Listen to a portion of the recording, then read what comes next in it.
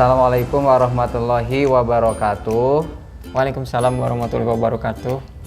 Hari ini saya Yuyu Wahyudin, CGP Angkatan ke-7 dari SMP Negeri 1 Cimaung, Kabupaten Bandung, akan mewawancarai salah seorang kepala SD Negeri Cirengit. SD Negeri Cirengit, Ya, betul Pak.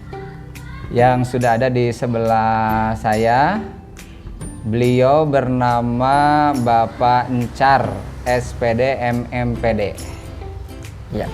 Hari ini kita akan mewawancari beliau mengenai cara pengambilan keputusan. Ya. Mari kita simak bersama-sama. Ya. Pak Encar, mohon izin waktunya sebentar. Ya. Barangkali saya ganggu waktunya, mudah-mudahan bersedia ya. Untuk melaksanakan wawancara. Ya, wawancara ini adalah salah satu tugas demonstrasi kontekstual di modul 3.1 tentang pengambilan keputusan berbasis nilai-nilai kebajikan sebagai pimpinan. Nah, adapun wawancara ini tadi sudah disampaikan barangkali terkait cara pengambilan keputusan. Nah, pertanyaan pertama barangkali, selama ini apakah Bapak dapat mengidentifikasi kasus-kasus yang merupakan dilema etika atau bujukan moral? Ya. Seperti apa? Jadi kebetulan saya pernah juga CGP dulu dan kemudian sekarang ada PP. Di sini nampak sekali bahwa ketika kita telah memahami modul-modul yang kita dapatkan kemudian dipraktekkan di keseharian kita, kebetulan di SDN Cirengit ini banyak terjadi satu keputusan yang memang ini bersentuhan dengan kepentingan, ya diantaranya disebut kepentingan bujukan moral. Apalagi bujukan moral ini sangat dahsyat di mana-mana karena memang sepemahaman bahwa dengan bujukan moral itu bisa menggiring seseorang untuk jatuh kepada satu kepentingan, bukan kepentingan masyarakat. Karena kita tahu yang namanya bujukan moral itu harus diimbangi dengan satu, apakah ini rasa keadilan atau kasihan. Yang kedua, diputuskannya itu atas kepentingan sendiri atau masyarakat. Kemudian yang ketiga, apakah ini jangka pendek atau jangka panjang. Nah, sering orang melihat dia itu jangka pendeknya yang diutamakan, padahal lebih ke depan dia harus mengutamakan seharusnya. Kemudian yang kedua, ini apakah bujukan moral seperti kepentingan untuk satu orang kah atau untuk banyak orang? Sering orang dilematis di sini bahwa lebih diutamakan kepada dirinya sendiri tanpa mengutamakan kepentingan lain. Jadi bujukan-bujukan moral yang seperti ini nampaknya harus diutamakan kepada salah satu prioritas, yaitu yang pertama kita memandang keputusan itu harus keputusan orang banyak, kemudian yang kedua keputusan itu memang harus digiring kepada keadilan bukan kasihan, dan yang ketiga keputusan itu nampaknya harus digiring kepada kebutuhan keadilan bukan rasa kasihan, walaupun sebenarnya dengan adil orang tersebut kasihannya itu bisa terakomodir, itu barangkali seperti itu. Kalau bicara dilema etika itu kan dua masalah atau lebih, ini kan sama-sama memiliki kebenaran gitu. Betul. Yang ini benar, yang ini benar. Nah, Bapak setelah tahu kan teori-teorinya, nah selama menjadi kepala sekolah ini berarti sudah diterapkan begitu ya, cara pengambilan keputusan ketika menghadapi dilema etika ini gitu. Iya, betul. Nah, selanjutnya barangkali pertanyaannya itu, bagaimana Bapak menjalankan pengambilan keputusan di sekolah, terutama untuk kasus-kasus di mana ada dua kepentingan yang sama-sama benar atau sama-sama mengandung nilai kebajikan. Jadi bagaimana menjalankan pengambilan keputusan, seperti apa barangkali?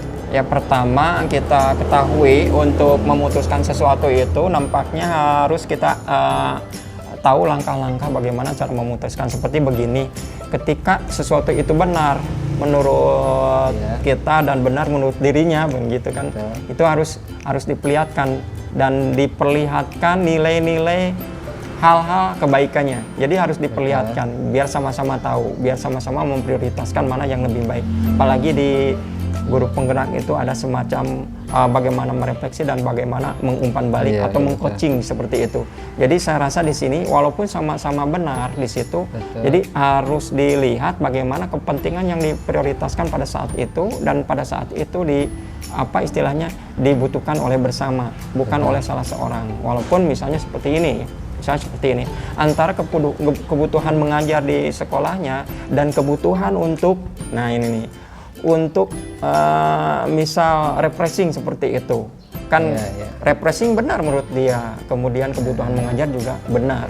Tapi di situ kan dikondisikan, nampaknya harus diperlihatkan nilai-nilai hal yang bertentangan, nilai-nilai hal yang baiknya. Kita lihat yang baiknya di situ. Yang baiknya adalah berpusat atau berpihak kepada siswa.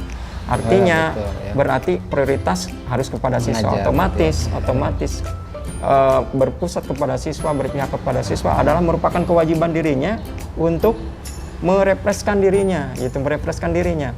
Tapi refreshing yang dia utamakan malah refreshing keluar gitu, sama-sama refreshing. Tapi menurut saya mengajar juga refreshing. Dan refresh keluar juga refreshing, tergantung dari sisi mana kita melihat.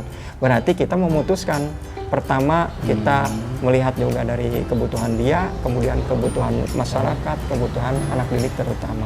Jadi saya memutuskan ini adalah yang terbaik adalah mengajar seperti itu, Iya, walaupun sama-sama baik. Gitu. Betul. Nah, Bapak itu kan jebolan dari guru penggerak gitu ya, Ya, pasti insyaallah. sudah memahami mengenai langkah-langkah atau prosedur dalam pengambilan keputusan ini. Betul. Nah, apakah dalam praktiknya ketika menghadapi dilema etika ini, apakah sudah menerapkan yang 9 langkah itu atau seperti apa? Memang yang 9 langkah itu kemarin kita waktu memahaminya memang sulit sekali, tetapi ketika kita berhadapan dengan berbenturan dengan kenyataan, justru 9 langkah itu ya harus step-stepnya harus dilakukan. Yang pertama kan perlihatkan dulu pertentangannya seperti apa nih, walaupun sama-sama benar, tapi di situ pasti ada pertentangan. Nah, yang pertentangan itu harus istilahnya dieliminasi. Kemudian yang selarasnya ini yang harus diputuskan, dikuatkan. Kemudian yang kedua kan langkahnya itu menentukan siapa yang terlibat di situ, siapa yang terlibat, agar jangan sampai kita ngawur untuk memutuskannya. Siapa pelakunya, pelaku untuk diputuskan, dibuat kebijakan. Kemudian yang ketiga kan faktanya harus lihat, faktanya. Kita jangan sampai memberikan fakta yang nol, tapi kita memberikan fakta sesuai dengan apa yang kita lihat, dirasakan, apalagi yang berkaitan dengan legalitas. Kemudian yang 4, di sini baru pengujian benar dan salah. Nah, pengujian benar salah itu kan ada uji regulasi, gitu ya. Betul. Ketika ini benar menurut kita, kalau menurut regulasi salah ya salah, gitu ya. Kemudian ada uji juga intuisi. Kalau intuisi biasanya diuji intuisi itu berdasarkan pemantiknya, apa yang menjadikan Anda memutuskan seperti ini, itu intuisi. Artinya keinginan dia sendiri. Nah, kalau keinginannya memang sesuai dengan regulasi, maka keinginannya itu akan diputuskan kebijakan seperti itu. Kemudian ada panutan, kan, idola. Nah, siapa pelakunya nih? Kira kalau misalnya pelakunya kepala sekolah, ini akan layanannya beda. Pelakunya guru, pelakunya siswa, ini layanannya beda. Jadi dalam membuat keputusan harus melihat siapa yang terlibat. Kemudian yang kelimanya ada paradigma benar dan salah yang mengacu kepada tiga dilema itu ya. Kemudian yang keenam ada prinsip pengambilan keputusan. Tujuhnya inventarisir opsi trilema. Yang 8 buat keputusan. Kemudian yang ke-9-nya adalah tinjau lagi keputusan. Jadi ketika kita memutuskan sesuatu memang harus ada tinjau, dalam arti refleksi, kemudian nanti ada semacam evaluasi seperti itu. Iya. Bagus ya. Dari langkah-langkah yang tadi, dari 9 langkah itu, barangkali ada yang memang dirasakan sangat efektif oleh Bapak, dirasakan sangat efektif dalam pengambilan keputusan pada kasus-kasus dilema etika. Betul. Barangkali apa yang paling efektif dalam apa langkah-langkah tadi, prosedur tadi untuk dijadikan patokan dalam pengambilan keputusan. Saya rasa Yang yang paling paling efektif itu mengumpulkan fakta dulu sebelum kita menilai, gitu. mengumpulkan Walaupun fakta, penilaian benar dan salah, tantangan dan tidak itu adalah nomor-nomornya paling atas tapi saya kira di sini walaupun nomor 3 ya, yaitu pengumpulan fakta. Jadi bagaimana fakta itu terjadi, bagaimana fakta itu menguak, bagaimana fakta itu mengedepan, maka fakta itu nanti akan diinventarisir sejauh mana kepentingannya seperti itu. Nah, kalau misalnya fakta-faktanya atau menyeret kepada kepentingan yang lebih bagus, lebih baik lagi, maka fakta itu nanti akan dibangkitkan atau dimunculkan menjadi sebuah kebijakan gitu, seperti itu. Sering saya contohkan di sini. Seperti dalam pembuatan program seperti itu, program sekolah. Berarti ada yang dianggap paling efektif itu adalah tadi mengumpulkan fakta-fakta ya. Fakta. Kemudian selain itu pasti ada tantangannya kan? Ada tantangannya nih. Yang menjadikan selama ini dalam pengambilan keputusan dilema etika itu dirasakan akan menjadi tantangan atau misalkan menjadi tantangan, batu sandungan bagi Bapak dalam pengambilan keputusan seperti apa barangkali? Tantangannya. Ya, tantangannya ketika mereka belum memahami permasalahan. Jadi permasalahan yang ada dia tidak pahami, berarti jadi tantangan buat kita untuk memberikan pemahaman kepada mereka atau untuk meng-coaching istilahnya, bukan memberikan pahamannya, memberikan kesadaran agar mereka itu sadar bahwa itu nampaknya salah gitu. Bukan berarti kita menyalahkan, tapi menyadarkan mereka bahwa itu salah gitu, menyadarkan. Dan setidaknya ada bimbingan dari kita, kemudian bagaimana tindak lanjutnya setelah mereka itu berbuat salah seperti itu, dan nanti akan ada pembelajaran di antara kita dan mereka. Iya. Itu berarti harus diberikan pemahaman terlebih dahulu ya, biar diberikan semacam kesadaran lah. Biar sadar gitu. Kalau dipaksa untuk memahamkan kan jangan. Iya. Tapi kalau dia sadar untuk memahami boleh. Betul. Itu menurut. Iya. Ini semakin menarik ya, obrolan kita kali ini. Nah, tadi di awal kan ada pertanyaan, Bapak ini kan pastinya selama menjadi kepala sekolah itu sering menghadapi masalah-masalah dilema etika. Nah, pada saat menghadapi berbagai masalah gitu ya, beberapa masalah dilema etika ini, apakah Bapak memiliki sebuah tata kala atau jadwal tertentu nih untuk memikirkan atau memberikan memecahkan masalah yang dihadapi? Apakah ada jadwal tertentu atau seperti apa dalam penanganannya? Ya, yang dinamakan refleksi itu untuk menghadapi tantangan yang ada memang harus terjadwal, bahkan tiap hari terjadwal. Kenapa? Karena yang namanya masalah bukan masalah kemarin atau sekarang, tapi masalah yang ada itu harus diselesaikan sekarang. Otomatis kalau tidak diselesaikan sekarang itu akan terlupakan, dan memang yang dinamakan umpan balik atau refleksi itu jangan ditunda-tunda. Karena apa? Karena pengaruh lupanya atau mungkin hal yang ada itu tidak terselesaikan, akhirnya dianggap benar. Tapi ketika kesalahan terjadi kemudian kita refleksikan, kemudian kita istilahnya ungkap atau kita semacam berikan perbaikan, maka di situ akan terjadi perbaikan yang hangat dan tidak terlupakan. Iya. Jadi kan ketika masalah itu muncul kronologisnya ya. Jadi dalam penyelesaian masalah itu apakah sesuai dengan kronologis kapan munculnya atau mungkin ada prioritas tertentu gitu. Ini mah harus disegerakan nih. Iya betul. Dan itu terjadwal betul, kemudian harus spesifik. Artinya spesifik itu tidak ngawur, tidak gagu, tidak ambigu. Harus spesifik. Kalau misalnya ini permasalahannya ini nih, gambarannya seperti ini, harus digambarkan. Dan ini salah, dan gambarannya ini yang benarnya dan yang salahnya. Itu harus tidak kita menjudge seperti ini, hebat, bagus, luar biasa, tidak seperti itu. Tapi kita memberikan satu fakta-fakta tadi, kemudian diapresiasi, dikomunikasikan, direfleksi, kemudian bagaimana supaya mereka tergambar bahwa ini salah dan benar, begitu. Dan akhirnya perbaikan-perbaikannya bisa diterima baik oleh kita maupun oleh dirinya sendiri. Dan nanti akan menjadi pilot project untuk kedepannya. Ya, jadi dalam penanganannya itu apakah semacam tadi ada prioritas tertentu, misalkan ini walaupun munculnya belakangan, misalkan ini masalahnya sangat krusial, harus dikedepankan, ini diatasi gitu. Nah, seperti apa prosedurnya? Nah, itu biasanya kita mengevaluasi kalau seperti itu. Yang namanya evaluasi itu boleh yang depan dibelakangkan, belakang yang kedepankan, selama permasalahannya itu memang menguntungkan bagi lembaga kita. Gitu. Iya betul ya. Betul. Jadi dilihat apa sih kasusnya ya, atau mungkin masalahnya sejauh mana gitu. Ya. Betul.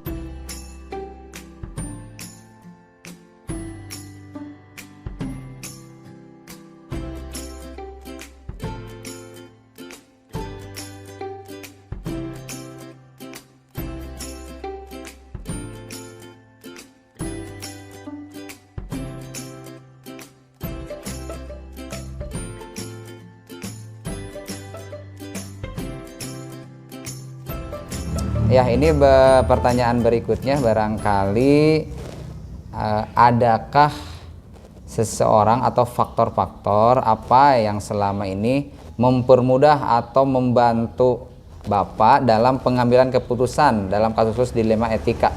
Ya, apakah ada seseorang atau faktor-faktor gitu ya? Kalau di dalam pembelajaran coaching maupun di dalam pembelajaran pembalik di PP ini, betul, memang sesuatu itu ketika ada program, kemudian ada penguatan, ada permasalahan, itu harus ada rekomendasi.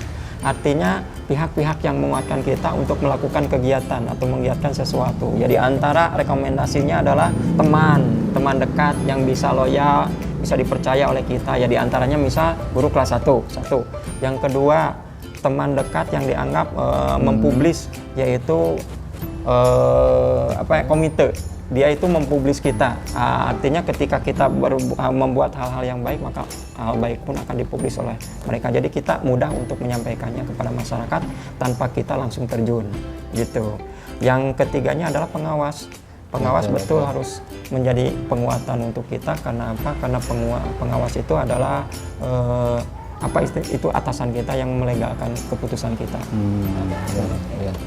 Ya, jadi itulah ya, berarti yang mempermudah tadi membantu dalam menyelesaikan masalah dilema etika ini. Betul. Berarti orang sebut saja pihak lain juga tentunya diharapkan bisa berkontribusi begitu ya, atau membantu masalah ini ya. Tadi disebutkan adalah pengawas, guru, kemudian komite. Kalau boleh ya orang tua juga nggak apa-apa. Iya. Terlibat, yaitu mengenai faktor. Kalau di saya kebetulan kan komitenya juga sebagai orang tua, jadi merangkap orang tua lebih siswa kuat, ya. Lebih kuat.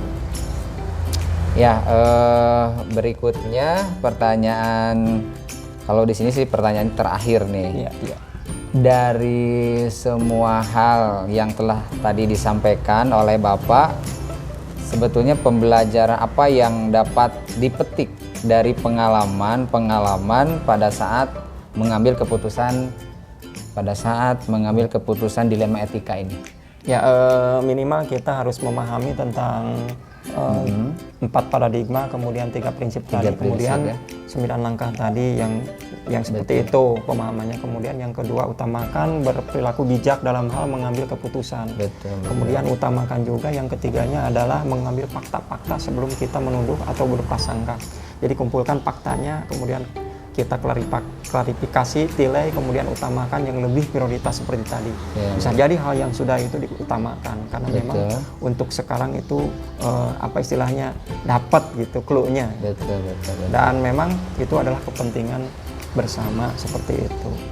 Itu barangkali lah step-step yang kita giatkan pada kegiatan program maupun permasalahan yang harus diputuskan segera, keputusan-keputusan yang harus memang istilahnya urgen untuk dilaksanakan.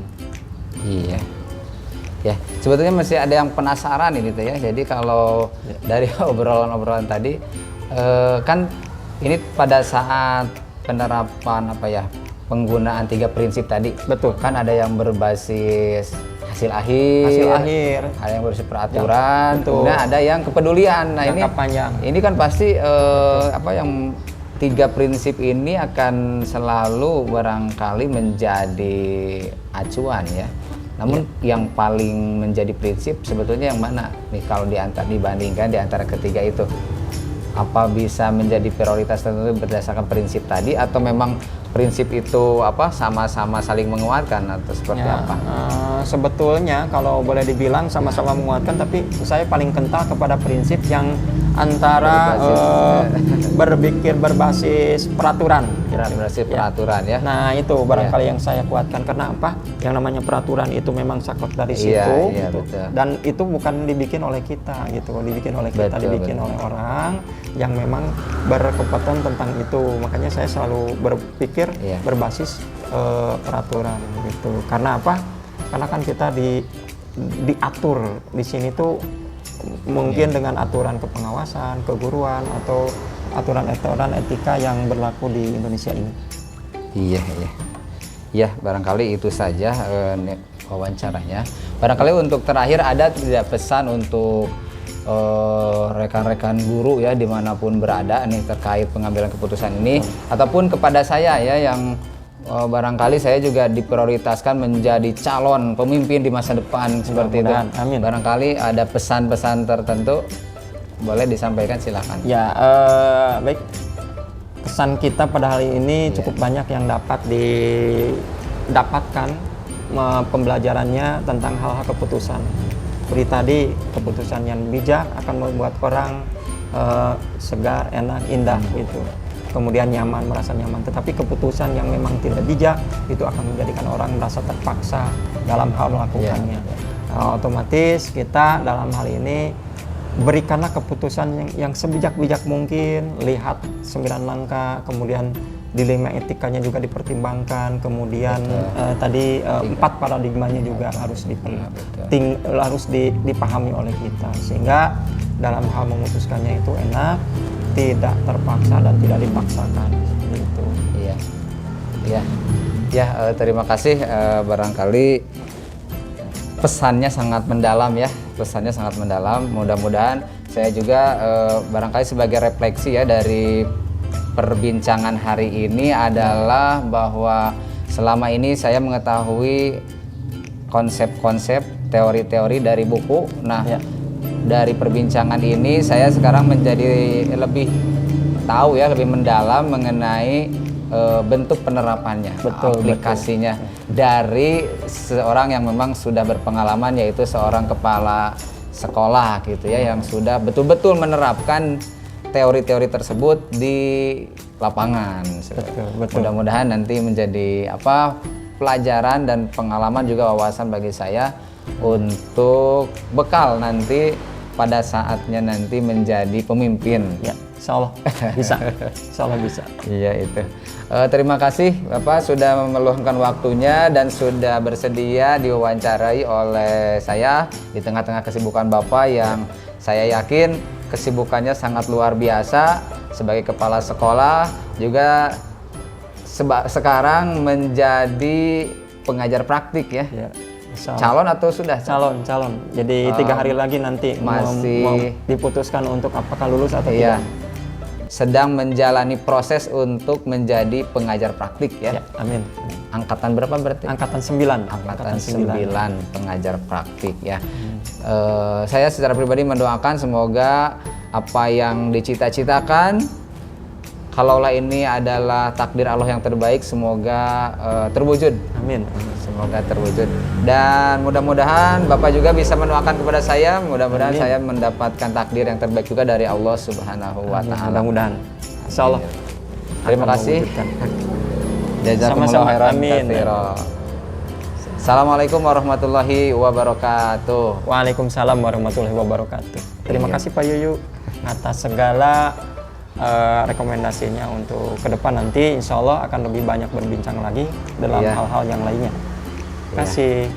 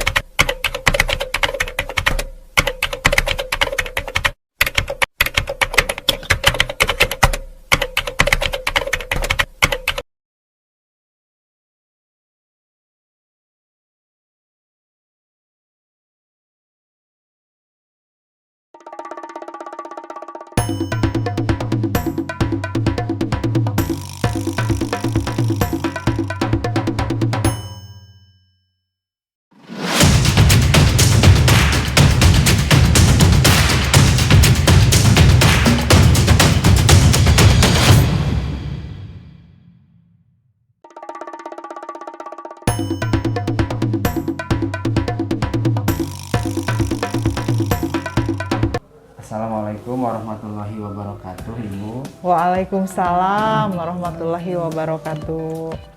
Mohon izin, saya Yuyu dan Bu Haji Ella ingin meminta waktunya sebentar untuk mewawancarai Ibu terkait dengan cara Ibu dalam mengambil keputusan.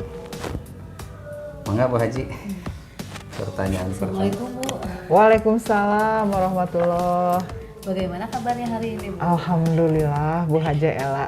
Selamat ya, sebentar lagi lulus ya. Amin. Amin amin. Gimana Bu Haja Ella? Ini Bu, ini kan ada tugas ya dari guru penggerak ini, di mana kami harus mewawancarai 2 atau 3 kepala sekolah. Di antaranya salah satunya Ibu ya. Iya. Kami di sini meminta waktu untuk bisa berbincang-bincang sebentar gitu ya. Jadi kami akan mengajukan beberapa pertanyaan kepada Ibu, dan selama pembicaraan ini kami rekam ya untuk memenuhi tugas modul 3, yaitu demonstrasi kontekstual ya. Bisa dimulai langsung? Silakan. Oh iya, oke. Kalau begitu kita mulai saja ya Bu. Boleh Ya? boleh. Ya, baik, kita mulai saja Bu dengan pertanyaan pertama ya. Selama Ibu jadi kepala sekolah ya, bagaimana Ibu dapat mengidentifikasi kasus-kasus yang merupakan dinamika etika atau bujukan moral? Oke, dilema etika mungkin Ya, ya. betul. Iya. Dalam mengidentifikasi kasus-kasus terkait dengan dilema etika atau bujukan moral, itu saya memperhatikan beberapa ciri atau karakteristik gitu ya. Yang pertama itu biasanya kan terdapat konflik antara nilai-nilai yang dianggap paling benar oleh individu atau kelompok yang terlibat gitu. Bisa jadi 1 lawan 1, bisa jadi 1 lawan 5, bisa jadi 5 lawan 5 gitu kan. Dalam arti konflik ini sekali lagi oleh masing-masing kelompok itu dianggap sebagai hal yang paling benar gitu ya. Kemudian ciri atau karakteristik yang kedua itu terdapat pilihan yang sulit. Jadi identifikasi itu melihatnya terdapat pilihan yang sulit yang bisa diambil sebagai keputusan karena keduanya bertentangan. Kan kalau tadi merasa dua-duanya benar, yang kedua merasa aduh ini bertentangan nih gitu kan. Jadi nah, karakteristik atau ciri yang ketiga itu keputusan yang diambil dapat memiliki konsekuensi yang berdampak signifikan terhadap individu atau kelompok. Jadi apa yang saya ambil itu berdampak gitu kan. Lalu yang keempat, ini yang agak bingung kadang, masalah yang timbul itu tidak memiliki jawaban yang jelas, tapi memerlukan evaluasi moral yang mendalam gitu ya. Dan hati-hati, masalah-masalah tersebut berkaitan dengan prinsip-prinsip etika seperti yang sering digaungkan di forum tentang keadilan, kesetaraan, kemanusiaan, integritas. Itu seringkali yang muncul ketika kita mengidentifikasi kasus-kasus yang terkait dengan dilema etika atau bujukan moral gitu kan. Jika sebuah kasus memenuhi salah satu dari yang saya sebutkan di atas, itu udah jelas menurut saya itu adalah menurut saya itu dilema etika atau bujukan moral. Namun penting untuk diingat bahwa setiap kasus harus dinilai secara individu tetap. Jadi kita bergerak dari hati ke hati, melibatkan diskusi dan evaluasi moral yang mendalam gitu kan untuk menentukan jawaban yang paling tepat. Jadi sekali lagi dilema etika itu berkaitan dengan evaluasi moral pada ujungnya. Ini barangkali yang kedua Bu, selama ini Ibu dalam menjalankan ya pengambilan keputusan di sekolah Ibu, terutama untuk kasus-kasus di mana ada 2 kepentingan yang sama-sama benar. Karena kan yang disebut dilema etika itu adalah ketika dua masalah itu memang sama-sama benar gitu. Seperti yang saya sebutkan Iya. pertama ya, karakteristik pertama itu. Sama-sama mengandung nilai kebajikan. Betul, Nah, iya. seperti apa barangkali nanti Ibu dalam mengambil keputusan. Seperti apa ya? Iya. Kalau seperti apa boleh nggak saya sebutkan langkah-langkah atau prosedurnya aja sekalian gitu. Iya, Jadi biar menjawab secara komprehensif, tidak sekedar pointer-pointernya gitu ya. Itu pertanyaan ketiga sekaligus. Oh gitu ya, jadi ya udah maksud saya biar langsung gitu ya, biar langsung. Jadi satu poin langkahnya begini, prosedurnya begini. Jadi saya dapat mengambil keputusan di situasi di mana ada dua kepentingan yang menurut Pak Yu tadi ya sama-sama benar atau mengandung nilai kebajikan yang sama gitu dengan langkah-langkah dan prosedur sebagai berikut. Pointer pertama, saya membuat daftar pro dan kontra, gitu kan? Jadi buat daftar dari semua argumen yang ada pada dua kepentingan yang saling bertentangan atau sama-sama merasa benar tadi, gitu ya. Ini dapat membantu saya untuk memperjelas apa yang saya pikirkan, gitu. Iya. Terus memberi gambaran yang lebih jelas tentang bagaimana dua kepentingan itu saling berhubungan. Sebetulnya kalau dibuat daftar pro kontra, kayaknya nyambung-nyambung deh gitu. Jadi dua-duanya bisa terakomodir. Lalu yang kedua, itu mencari tahu lebih banyak tentang kedua kepentingan itu. Jadi saya melakukan riset kecil-kecilan gitu. Cari tahu sebanyak mungkin tentang masalah dan mengapa setiap kepentingan itu dianggap penting. Kita jangan menganggap diri kita yang penting. Biarkan itu bergulir, kenapa sih itu penting? Dengan cara ini saya dapat menentukan mana yang lebih penting gitu dalam situasi tertentu. Jadi mana yang lebih penting dalam situasi tertentu. Nggak bisa disamakan situasinya. Jadi situasi A mungkin ini yang lebih penting, situasi B mungkin ini yang lebih penting. Jadi daftar mencari tahu itu memang sangat dianjurkan kalau menurut saya ya. Lalu mempertimbangkan nilai-nilai pribadi. Jadi pertimbangkanlah nilai-nilai pribadi yang paling penting dan pikirkan bagaimana kedua kepentingan tersebut apakah dapat membantu atau justru merusak nilai-nilai tersebut gitu ya. Ini juga bisa membantu saya untuk memutuskan mana yang lebih penting. Bisa jadi saya berbicara dengan orang lain loh gitu. Jadi berbicara dengan orang lain yang saya percayai gitu kan. Dan minta pendapat mereka. Terkadang sudut pandang orang lain itu kan membantu saya melihat situasi dari sudut pandang yang berbeda. Mungkin ketika saya melihatnya ke satu titik di sebelah kiri, orang yang saya mintai pendapat itu justru melihatnya ke kanan yang belum saya sempat lihat gitu kan.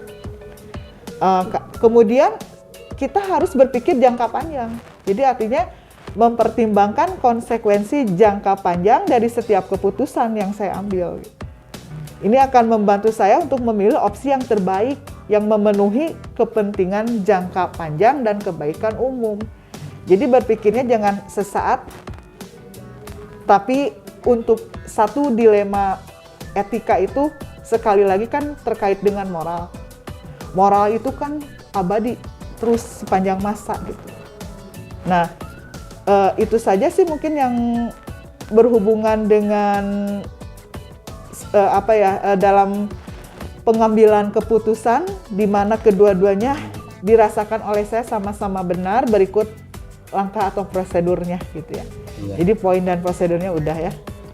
Pembicaraan kita jadi semakin hot ya, semakin ramai juga nih. Ternyata banyak keputusan jadi pada intinya keputusan itu berarti tidak selamanya ya keputusan yang Ibu ambil itu bisa memuaskan semua pihak berarti ya. Jadi bisa ada jadi pihak yang terpuaskan dan ada pihak yang kurang terpuaskan ya. Tapi yang penting keputusan itu semua bisa dapat kondisional ya, dan kondisional. Ya, tergantung situasi yang ada pada saat itu. Gitu. Nggak bisa disamaratakan, nggak bisa. Ibu tadi menyimak jawaban-jawaban dari Ibu. Ya diantaranya kan tadi ada membuat daftar pro kontra, gitu ya. Kemudian ada membuat riset kecil-kecilan. Berarti dari dua masalah yang dianggap benar itu apakah nanti akan diketemukan ada yang paling benar dan ada yang benarnya kita atau bagaimana? jangan melihat sisi yang paling benar gitu. Yang paling sesuai pada saat kondisi tertentu. Yang paling sesuai Iya. dengan kondisi tertentu. Nah, gitu. Karena kan dua-duanya merasa benar gitu. Kondisional ya. Iya, jadi Dua-duanya benar. yang paling sesuai, yang paling cocok, yang paling tepat sesuai dengan kondisi saat itu, gitu aja. Betul. Jadi Gitu. kondisional gitu ya. Betul, iya, iya. Betul. Mungkin kita masuk ke pertanyaan keempat ya Pak Yo. Keempat ya. Iya. Ada berapa pertanyaan emang? Keempat ya. Lumayan ya, ya. Gimana Tadi kan Pak Yuyu? pertanyaan ketiga langkah-langkah sudah ya Bu ya. Iya, iya. Sekarang yang keempat itu hal-hal apa saja yang selama ini Ibu anggap efektif dalam Wes. pengambilan keputusan. Efektif menurut mungkin saya. Dari yang tadi ya Bu, dari yang tadi diuraikan. Oke, ya, Mungkin ya. yang paling efektif cara yang mana mungkin gitu Bu. Saya berpikir gini ya, mungkin efektif menurut saya belum tentu efektif di mata Bu Ella ataupun Pak Yuyu gitu ya. Tapi saya dapat memberikan beberapa strategi efektif yang dapat membantu dalam pengambilan keputusan kasus-kasus dilema etika gitu ya. Nah, beberapa strategi itu sebutlah saya berusaha untuk berpikir rasional dan objektif. Jadi penting untuk tidak terbawa emosi atau pandangan subjektif saat mengambil keputusan pada kasus dilema etika. Jadi saya mencoba untuk mempertimbangkan argumen yang masuk dari berbagai sudut pandang, menggunakan logika dan fakta gitu. Jadi bukan hanya logika, fakta untuk membantu mengambil keputusan gitu kan. Iya. Nah, strategi kedua mungkin saya selalu mempertimbangkan konsekuensi dari setiap tindakan gitu kan. Iya. Sambil mengambil keputusan pada kasus dilema etika tersebut, penting untuk mempertimbangkan akibat dari setiap tindakan yang mungkin diambil oleh saya kan. Dan yang tadi memperhitungkan dampak jangka panjangnya gitu kan. Meski kita tidak bisa memunafiki, mungkin juga ada dampak jangka pendek gitu. Iya. Lalu kalau suatu saat nih ya, dan saya yakin Bu Hajah Ella sama Pak Yuyu itu memiliki masa depan yang lebih terkoridori untuk menjadi seorang pemimpin gitu ya. Jadi pimpinan itu harus mempertimbangkan nilai-nilai dan prinsip etika yang relevan gitu. Jadi saat mengambil keputusan dalam dilema etika itu penting mempertimbangkan nilai-nilai dan prinsip-prinsip etika terkait dengan situasi kekinian gitu. Jadi situasi kekinian misalnya gini, keadilan, integritas, kemanusiaan itu kan berubah dari masa ke masa, itu kan berubah. Jadi bisa jadi adil pada masa E itu nggak sama dengan adil pada masa Z sekarang gitu ya.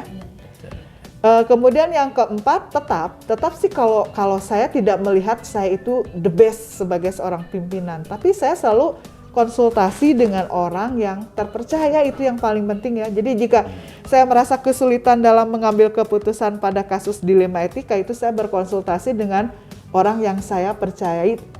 Ya syukur-syukur ada ahli etika di dalam rekan kerja itu kan. Jadi ahli etika itu bisa jadi berdasarkan pendidikan yang dimiliki. Mungkin di sini kan guru-guru BK, guru-guru PAI itu kan memiliki keilmuannya gitu ya. Meskipun kita sekali lagi juga melihat mata pelajaran lain, guru-guru MAPEL ataupun BK itu masing-masing memiliki kelebihan kekurangan untuk memberikan masukan gitu. Ataupun ahli etika secara pengalaman. Bisa jadi orang TU itu memiliki etika yang lebih gitu kan, berdasarkan pengalaman. Kenapa? Karena gini, kalau orang-orang yang bekerja di bagian kependidikan itu cenderung menghadapi orang-orang dewasa kan dalam keseharian. Kalau misalnya untuk kita rekan kerja sesama guru itu biasanya dominannya siswa kan atau peserta didik yang kita hadapi. Tapi dua-duanya di usia muda peserta didik ataupun di usia dewasa yang dihadapi oleh kita gitu ya, itu bisa dijadikan bahan konsultasi ketika menghadapi dilema etika gitu ya. Kemudian saya selalu mempelajari dan mendiskusikan kasus serupa gitu. Jadi dalam situasi yang sulit, mungkin berguna untuk belajar dari kasus serupa. Pernah dan sering kan itu? Kasus serupa itu melibatkan orang lain dalam diskusi untuk memperoleh apa? Sebetulnya memperoleh perspektif yang lebih luas, mendapat masukan dari berbagai sudut pandang. Itu saya lebih senang ke arah sana sih ya, jadi lebih implementatif gitu. Namun sekali lagi penting diingat bahwa setiap kasus dilema etika itu memiliki keunikan dan kompleksitasnya tersendiri, sehingga tidak ada sebetulnya satu formula, satu strategi yang paling efektif gitu yang diterapkan. Yang pasti harus sesuai dengan kondisi yang ada, dengan situasi yang nyata. Jadi penting untuk tetap bersikap terbuka, mempertimbangkan beberapa faktor dan sudut pandang dalam sekali lagi mengambil keputusan pada kasus dilema etika gitu. Situasi, kondisi, selalu ingat ke sana gitu. Dan kekinian. Nah, terlalu panjang ya. semakin ramai Bu, bukan terlalu panjang. Mungkin ini kita akan semakin menggali-gali lagi Bu. Ini Bu, pertanyaan yang kelima ya. Pada saat pengambilan keputusan pada kasus dilema etika ini ya, kira-kira Ibu apakah ada tantangan gitu selama dalam penyelesaian ini ya, tantangan yang dihadapi ini? Jadi analisis SWOT itu tidak berlaku pada satu lembaga saja ya, tapi pada benda saja gitu. Tapi pada makhluk pun SWOT itu harus senantiasa kita refleksi gitu ya. Jadi pada kasus-kasus dilema etika itu memang terdapat beberapa hal yang menjadi tantangan saya ketika mengambil keputusan gitu. Misal nilai-nilai dan keyakinan pribadi gitu. Jadi kan setiap individu itu memiliki nilai dan keyakinan pribadi yang berbeda. Benar kata saya belum tentu benar kata Pak Yuyu. Belum tentu juga benar kata Bu Hajah Ella. Jadi tantangan terbesar dalam pengambilan keputusan etika itu menentukan nilai mana yang harus diprioritaskan sekali lagi dalam situasi yang diberikan. Jadi skala prioritas. Betul, skala prioritas itu tetap harus kita jaga. Yang kedua, ketidakpastian dalam banyak kasus dilema etika. Informasi yang diperlukan untuk membuat keputusan itu kan seringkali tidak lengkap, tidak jelas, gitu kan? Itu ekstrimnya. Atau kurang lengkap, kurang jelas menurut kita. Hal ini menyulitkan proses pengambilan gitu keputusan karena ada ketidakpastian tadi mengenai hasil dari setiap pilihan yang diambil. Jadi yang saya ambil itu sebetulnya memberikan resiko, masing-masing pasti memberikan resiko. Karena penuh dengan ketidakpastian kalau dilema etika itu. Jadi sekali lagi ketika membuat keputusan berbasis data yang seringkali tidak lengkap atau kurang lengkap, tidak jelas atau kurang jelas gitu. Itu tantangan bagi saya gitu. Tantangan. Keterbatasan waktu. Ya. Terkadang keputusan etika itu harus diambil dalam waktu singkat kan. Betul. Set gitu kita ngadepin sesuatu, wah harus sekarang. Tapi ternyata alasan darurat ini gimana? Nah ini juga tantangan karena hal ini menyulitkan proses pengambilan keputusan gitu. Dengan adanya keterbatasan waktu, lalu mempertimbangkan berbagai opsi, sebagai pimpinan itu harus memiliki analisis yang tinggi. Apalagi yang keempatnya nih, konsekuensinya yang tadi nggak jelas. Kadang-kadang sulit memperkirakan konsekuensi dari setiap pilihan yang diambil pada kasus dilema etika gitu. Jadi hal ini menyulitkan proses pengambilan keputusan karena ada ketidakpastian mengenai dampak pendek atau dampak jangka panjang dari setiap pilihan. Mungkin yang terakhir ini yang lebih pas untuk kondisi negara saat ini gitu kan. Jadi ada implikasi sosial dan politik. Nah, beberapa kasus dilema etika ini memiliki implikasi yang lebih luas seperti sosial dan politik. Hal ini menyulitkan pengambilan keputusan kan kenapa? Karena kita mempertimbangkan dampak keputusan itu langsung ke masyarakat. Kalau di sekolah lingkungannya komite, masyarakat sekitar, sistem politik yang secara keseluruhan, mungkin di Kabupaten Bandung ini seperti apa? Kita terpecah belah gitu kan. Nah ini harus pintar-pintar memilih dan memilah kita. Jadi itulah tantangan-tantangan. Meski mungkin ya di mata Pak Yuyu atau Bu Hajah Ella implikasi sosial dan politik itu tidak biasa aja kok gitu ya. Iya. Tapi nanti kalau sudah menjadi pimpinan terasa loh. Terasa ya. Akan terasa bahwa pimpinan itu diwarnai nuansa politik yang ada. Betul. Gitu. Terus pimpinan itu harus bisa menyesuaikan dengan situasi masyarakat sosial. Kita menjadi pimpinan di zonasi seperti apa? Itu harus mampu menempatkan diri. Gitu tantangannya sih. Iya. Ya.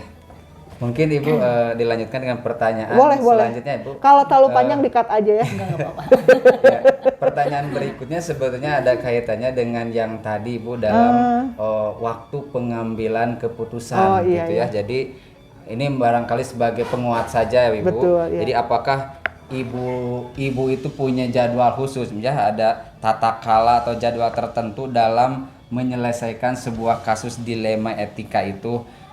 Apakah langsung seperti tadi misalkan iya. ini perlu gerak cepat atau darurat seperti ya. apa nih dalam menyelesaikannya dan prosedurnya seperti apa yang Ibu ambil? Kenapa ini harus misalnya segera, kenapa harus bisa ditunda misalkan seperti itu Bu. Sebetulnya Apa kalimat terakhir pertimbangannya? Pak Yuyu itu jawabannya bisa ditunda Iya. atau segera gitu. Jadi jadwalnya gimana jawabannya? Nah, Fleksibel. itu, fleksibel. Jadi apakah ada Kriterianya jadwal mungkin, fleksibel ini siapa nih, gitu. Jadi kasus yang mana yang harus disegerakan? betul ya. Jadi yang dalam ditunda. dalam penyelesaian dari kasus dilema etika itu umumnya ada beberapa hal yang saya ambil sebagai langkah atau prosedur ya. Artinya prosedur itu bisa jadi tetap sih yang pertama itu mengumpulkan informasi. Jadi kemudian mempertimbangkan berbagai perspektif dan nilai-nilai yang terlibat dalam situasi tersebut, pertimbangan berarti yang kedua. Terus mengevaluasi konsekuensi dari berbagai tindakan yang mungkin diambil gitu kan. Dan kemungkinan memilih tindakan yang paling sesuai dengan etika yang dipegang gitu. Etika. Prosedur dan langkah ini dapat bervariasi. Jadi kan tadi saya bilang fleksibel ya. Jadi tergantung kasus yang dihadapi gitu kan. Jadi penting untuk mempertimbangkan secara hati-hati, kemudian mengambil waktu yang cukup. Tetap Pak Yu, waktu itu meskipun kita didera tekanan gitu, harus saat itu, tapi kita harus merasa ini cukup untuk mempertimbangkan semua aspek dari situasi sebelum mengambil keputusan penting yang tentunya sekali lagi akan berdampak besar pada berbagai pihak yang terlibat. Iya betul. Mungkin di mata kita ya dilema etika itu kecil, nggak ada nilainya. Tapi di individu atau kelompok tertentu itu bisa jadi loh bernilai besar. Sebaliknya pula terjadi. Gitu. Jadi prosedur itu memang yang tadi saya sebutkan ya, dan yang terakhir itu mengevaluasi konsekuensi untuk memilih tindakan yang paling sesuai gitu. Itu puncaknya sebetulnya. Evaluasi. Berarti mengevaluasi ya ini ya. Iya. Pertanyaan berikutnya Bu. Boleh. Masih ada nih. Iya. Faktor apa saja Bu yang bisa mempermudah atau membantu Ibu dalam pengambilan keputusan pada kasus-kasus dilema etika? Faktor apa saja ya? Iya, betul. Faktor-faktor apa saja. Mungkin jadi bisa jadi kan kalau tadi saya sebut saya senang ngobrol dengan orang gitu kan. Ketika memutuskan keputusan dalam menghadapi dilema etika berarti ada seseorang ya gitu. Ada seseorang, bisa jadi seseorang itu yang tadi saya bilang berkali-kali yang saya percayai gitu kan. Nggak semua orang bisa saya curhati gitu kan, gitu ya. Jadi ada jelas orang yang bisa saya ajak bicara, kemudian penting sekali lagi bagi saya untuk selalu berbicara dengan ahli. Kalaupun dengan bukan ahli yang profesional di bidang etika atau hukum. Guru PKN mungkin itu kan lebih pas ya ketika bicara tentang hukum. Jika saya sulit mengambil keputusan dalam situasi dilema etika. Di sekolah kita itu sebutlah ada calon kepala sekolah juga kan di sini gitu kan. Itu saya pikir beliau sudah memiliki salah satu kriteria faktor yang mempermudah saya mengambil keputusan karena guru PKN kebetulan ya, jadi punya basic bagaimana sih ilmu hukumnya, kemudian pengalaman menghadapi teman-teman gitu. Nah, sekali lagi mereka itu dapat membantu saya memahami implikasi dari pilihan dan memberikan saran yang mendalam lah, yang mungkin saya tidak pernah menyangka gitu kan. Jadi pengambilan keputusan dalam kasus-kasus dilema etika itu sekali lagi apakah dipengaruhi dengan berbagai faktor? Jelas gitu, jelas dipengaruhi oleh faktor apa saja. Sekilas tadi saya bilang nilai-nilai etika atau nilai-nilai pribadi. Jadi nilai pribadi, kejujuran, integritas, keadilan, empati itu kan mempengaruhi keputusan pengambilan dalam dilema etika. 2 prinsip etika. Nah, saya berpikirnya gini, prinsip-prinsip etika seperti apa? Prinsip otonomi, kemudian bisa jadi keadilan, itu membantu mempertimbangkan berbagai opsi dan memilih opsi yang tepat gitu ya. Atau bahkan non malveyansi gitu ya, jadi berbagai hal gitu ya. Pengalaman bisa jadi, pengalaman yang sebelumnya menangani kasus yang serupa bisa dijadikan bukan contoh ya, karena mungkin berbeda. Pembelajaran hikmah bagi kita untuk mengambil keputusan yang mendekati taraf yang agak sesuai lah, atau sesuai, kita berharap sesuai ya, karena memang kemudian etika profesional membantu tindakan yang tepat. Faktor etika profesional itu sangat berkaitan dengan dilema etika. Jadi semakin tinggi tingkat etika profesional kita, semakin mudah terpecahkan gitu. Kode etik. Jadi kode etik dalam organisasi atau profesi kita kan dalam pendidik dan kependidikan itu dapat memberikan panduan gitu kan, arahan yang jelas. Kemudian apa sih yang harus kita ambil, apa sih yang harus kita kesampingkan dahulu dalam menghadapi kasus dilema etika. Kemudian mungkin ini yang terakhir tapi pas ya bagi saya, selalu diskusi dan refleksi gitu. Berdiskusi dengan orang lain yang memiliki pandangan berbeda, merenungkan kembali nilai-nilai, prinsip-prinsip yang penting gitu dalam mengambil keputusan yang tepat gitu ya. Jadi kita harus ingatlah bahwa sekali lagi setiap kasus dilema etika itu memiliki konteks, memiliki kondisi yang unik, sehingga pengambilan keputusan itu tidak selalu mudah gitu. Dan perlu dilakukan dengan hati-hati. Karena terkait moral gitu kan, terkait moral gitu ya. Hati-hati. Ini barangkali yang terakhir, Bu. Oh ya? Terakhir. Alhamdulillah. Tapi sebetulnya kalau semakin banyak itu saya semakin seneng sih. Jadi artinya gini kan, kita mentransfer ilmu ya. Suatu saat Pak Yuyu, Bu Hajah Ella menjadi kepala sekolah, ketika melaksanakan apa yang saya katakan pada momen ini kan menjadi amal jariah juga ya. Jadi nggak usah sungkan lah, nggak usah sungkan kalau memang banyak pertanyaan juga, it's okay gitu ya. Ini pertanyaan ini barangkali bisa jadi menjadi sebuah refleksi ataupun sebuah kesimpulan dari ibu ya gitu ya, selama ibu menangani berbagai kasus dilema etika. Ataupun dari tadi yang ibu telah sampaikan gitu, apakah ada apa sih yang bisa dipetik oleh ibu sebagai pembelajaran bagi ibu sendiri juga bagi kami gitu, pelajaran yang paling berharga selama ibu menangani kasus dilema etika? Banyak Pak Yuyu, pembelajaran itu pasti banyak ya, hikmah itu pasti saya dapat dari pengalaman mengambil keputusan dilema etika ini ya. Pertama, kesadaran nilai moral. Jadi ketika menghadapi dilema etika, menyadarkan saya bahwa seseorang itu harus mempertimbangkan nilai-nilai yang dipegang.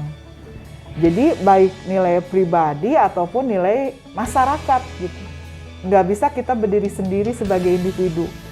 Jadi pengalaman ini membantu saya untuk memperkuat dan semakin mempertinggi kesadaran nilai-nilai yang dimiliki. Jadi bagaimana mengimplementasikannya dalam kehidupan sehari-hari itu menjadi tambahan pengetahuan gitu, ketika harus menggabungkan kesadaran nilai individu dan nilai masyarakat. Karena kita kan makhluk sosial gitu. Kemudian yang kedua itu pembelajaran yang saya dapat itu adalah kemampuan berpikir kritis. Jadi ketika mengambil keputusan dalam dilema etika, mungkin bagi seorang pimpinan itu higher order thinking skill-nya gitu. Bagaimana hal ini membutuhkan kemampuan untuk berpikir kritis, berpikir secara analitis gitu, serta mampu mempertimbangkan segala kemungkinan dari konsekuensi setiap tindakan gitu ya. Jadi saya mulai berpikir bahwa justru dengan dihadapkan oleh kasus atau kasus moral dilema etika ini, kita memperoleh kemampuan untuk selalu berpikir tingkat tinggi gitu ya, dan mengambil keputusan yang tepat. Yang ketiganya, saya memiliki pengetahuan etika, jelas, karena ini memperoleh pengetahuan tentang etika dan prinsip-prinsip etis yang harus dipegang dalam mengambil keputusan yang baik dan benar. Betul. Baik belum tentu benar, ya kan? Jadi orang itu baik gitu, tapi nggak benar secara aturan agama dan negara, gitu bisa jadi kan dilema juga gitu. Jadi dalam jangka panjang pengetahuan etika ini dapat membantu saya untuk mengambil keputusan yang lebih bijak di masa depan gitu. Terus yang keempat, timbul empati dan rasa kemanusiaan. Jadi pengalaman ini membantu saya memahami sudut pandang orang lain. Jadi dalam mengambil keputusan itu berempati apa yang dirasakan orang lain.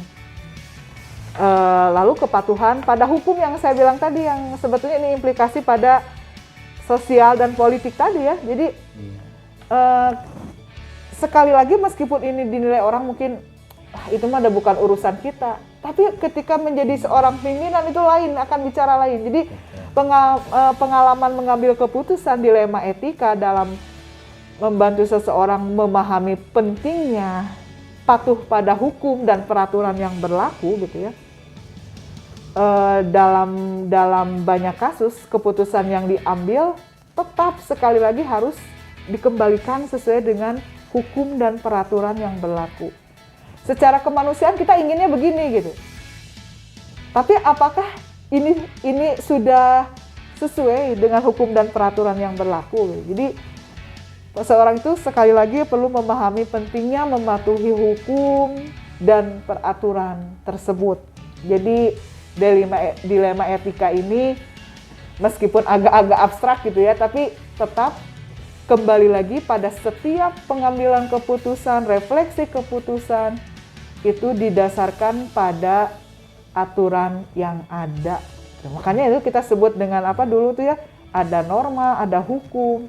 Mungkin bicara di masyarakat awam kita nggak bisa bicara hukum langsung saklek, tapi bicara norma bahwa di sini berlaku etika adab yang seperti ini. Kecuali kalau terkait lembaga instansi pendidikan, kita langsung bisa ke Permendikbudristek gitu kan. Jadi mudah-mudahan apa yang saya utarakan ini bisa menjawab lah ya. Iya. Kalaupun enggak, itu yang saya harapkan. Jadi artinya bisa lebih, Pak Yuyu dan Bu Hajah Ella itu lebih bisa memperluas cakrawala pemikiran, memupuk kedewasaan melalui apa? Dilema etika tadi, gitu. Ya, barangkali Ibu kalau saya gitu ya merefleksi dari obrolan barusan, tentu kami ya sebagai CGP dan sebagai calon pemimpin, amin, tentu saja kalau dari teori, dari konsep kami telah pelajari. Nah sekarang saya mendapatkan pelajaran yang begitu berharga sebagai pengalaman dari seorang pimpinan langsung seperti itu. Ini adalah pelajaran yang tentu saja sangat berharga, pelajaran yang memang akan menjadi penambah wawasan dan juga ya penambah ilmu gitu ya. Amin. Secara praktiknya. Iya, gitu. betul. Ini yang lebih berharga kan praktiknya. Kalau Iya. teori itu kan hanya ya tataran teori gitu ya, Iya. belum pada tataran praktis. Nah sekarang dari Ibu itu adalah benar-benar adalah sebuah fakta dan praktisnya yang merupakan pengalaman langsung dari Ibu. Ini Alhamdulillah. bisa dijadikan pelajaran buat kami gitu ya. Betul, buat betul. kami untuk nanti mempersiapkan diri sebagai calon Betul. pemimpin. Pemimpin bagi diri sendiri, Nah itu. pemimpin bagi peserta didik, Betul. pemimpin bagi para pendidik, pemimpin bagi para tenaga kependidikan, pemimpin bagi masyarakat sekitar, pemimpin bagi, nah ini yang terutama, pemimpin bagi dalam diri kita lahir batinnya.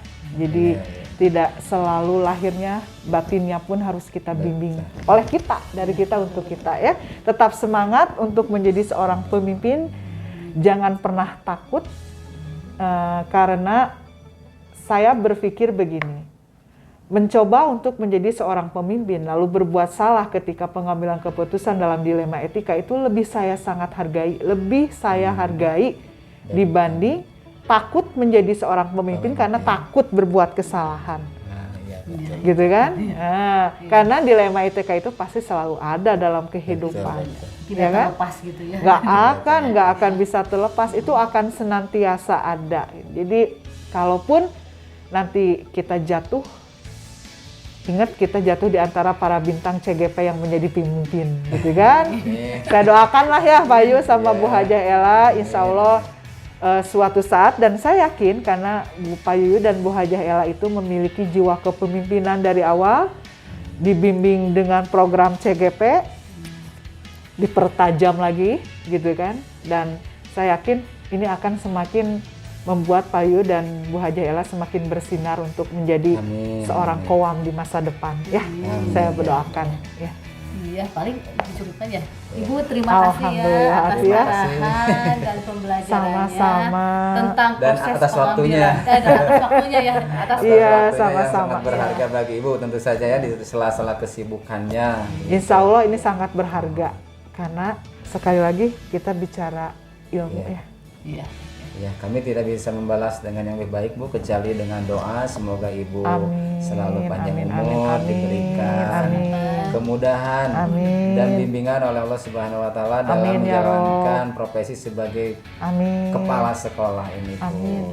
Lagi masih saum ya, Iya. Ramadan ya. Amin. Mudah-mudahan doa kita makbul. Amin. Sesungguhnya doa yang diucapkan Pak Yu tadi itu akan kembali ke Pak Yu sendiri dan Bu Hajah Ella juga ya. Kita aminkan, amin. Amin, ya Rabbal. Demikian Ya, Ibu. mangga atau mangga Terima ya. kasih. Ya, saya tutup aja kalau gitu ya. pembicaraannya. Itu yang saya sampaikan. Semoga yang benar itu datangnya tentunya dari Allah ya. Iya. Yang salah itu dari saya mohon maaf bila ada kesalahan. Billahi taufik wal hidayah. Wassalamualaikum warahmatullahi wabarakatuh. Waalaikumsalam warahmatullahi wabarakatuh. Ibu hatur nuhun. Sami-sami.